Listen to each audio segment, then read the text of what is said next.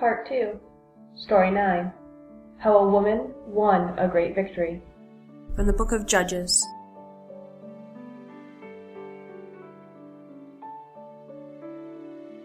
Again, many of the people of Israel were drawn away from the worship of the Lord, and began to live like the people around them, praying to idols and doing wickedly. And again the Lord left them to suffer for their sins. A Canaanite king in the north, whose name was Jabin, sent his army down to conquer them under the command of his general, named Sisera. In Sisera's army were many chariots of iron drawn by horses, while soldiers in the chariots shot arrows and threw spears at the Israelites. The men of Israel were not used to horses and greatly feared these war chariots.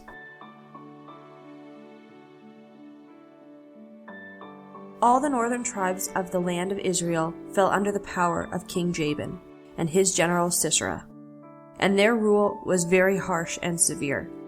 This was the fourth of these oppressions, and it bore most heavily upon the people in the north. But it led those who suffered from it to turn from their idols and to call upon the Lord God of Israel. At that time, a woman was ruling as judge over a large part of the land, the only woman among the 15 judges who, one after another, ruled the Israelites. Her name was Deborah.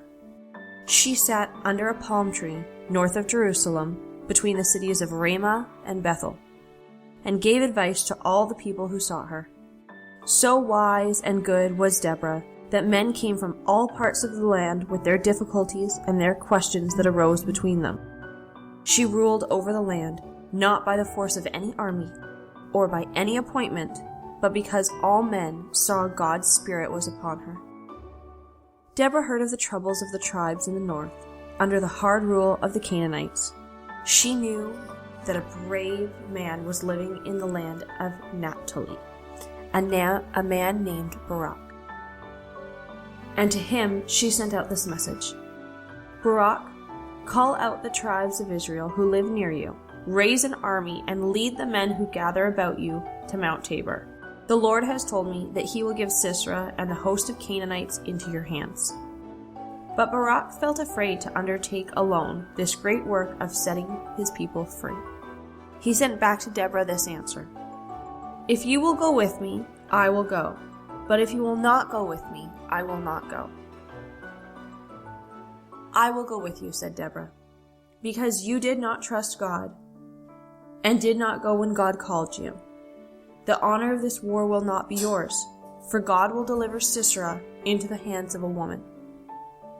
Deborah left her seat under the palm tree and went up to Kadesh, where Barak lived. Together, Deborah and Barak sent out the call for the men of the north. 10,000 men met with such arms as they could find.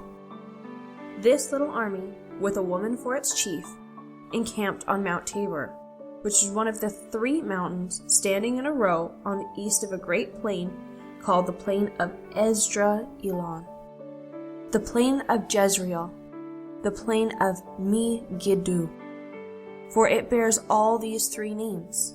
On this plain, both in Bible times and also in the times since the Bible, many great battles have been fought. Over this plain winds the brook Kishon, which at some seasons after heavy rain becomes a foaming, rushing river. From their camp on the top of Mount Tabor, the little army of Israel could look down on the great host of Canaanites with their many tents, their horses and chariot, and their general Sisera. But Deborah was not afraid. She said to Barak, March down the mountain with all your men and fight the Canaanites. The Lord will go before you, and he will give Sisera and his host into your hand. Then Barak blew a trumpet and called out his men. They ran down the side of Mount Tabor, rushed upon their enemy. The Canaanites were taken so suddenly that they had no time to draw out their chariots. They were frightened and ran away, trampling each other underfoot, chariots and horses and men in wild flight. And the Lord helped the Israelites, for at that time the brook Kishon was swollen into a river, and the Canaanites crowded after each other into it. While many were killed in the battle, many were also drowned in the river. Sisera, the general of the Canaanites, saw that this battle had gone against him and that all was lost. He leaped from his chariot and fled away on foot. On the edge of the plain he found a tent standing alone, and he ran to it for shelter and hiding. It was the tent of a man named Heber, and Heber's wife, Jael, was standing in front of it. She knew Sisera and said to him, "Come in, my lord, come into the tent. Do not be afraid." Sisera entered the tent, and Jael covered him with a rug, so that no enemy might find him. Sisera said to her, "I am very thirsty. Can you give me a little water to drink?" Instead of water, she brought out a bottle of milk and gave him some. And then Sisera lay down to sleep, for he was very tired from the battle and from running. While he was in a deep sleep, Jael crept into the tent quietly with a tent pin and a hammer in her hand.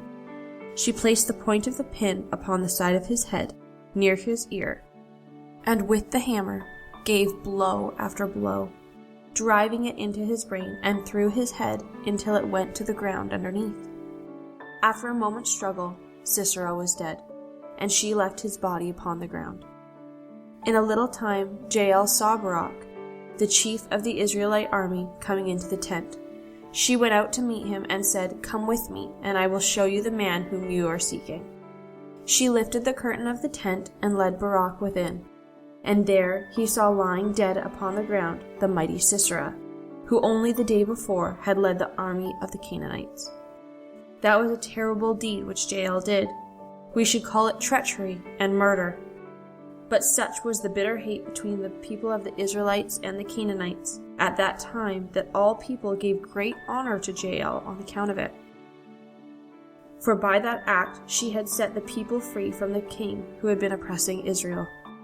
After this, the land had rest for many years. Deborah, the judge, wrote a great song about this victory. Here are some verses from it. Because the elders took the lead in Israel, because the people offered themselves willingly, bless ye the Lord. Hear, O ye kings, give ear, O ye princes. I, even I, will sing unto the Lord. I will sing praise to the Lord God of Israel. The kings came and fought, then fought the kings of Canaan.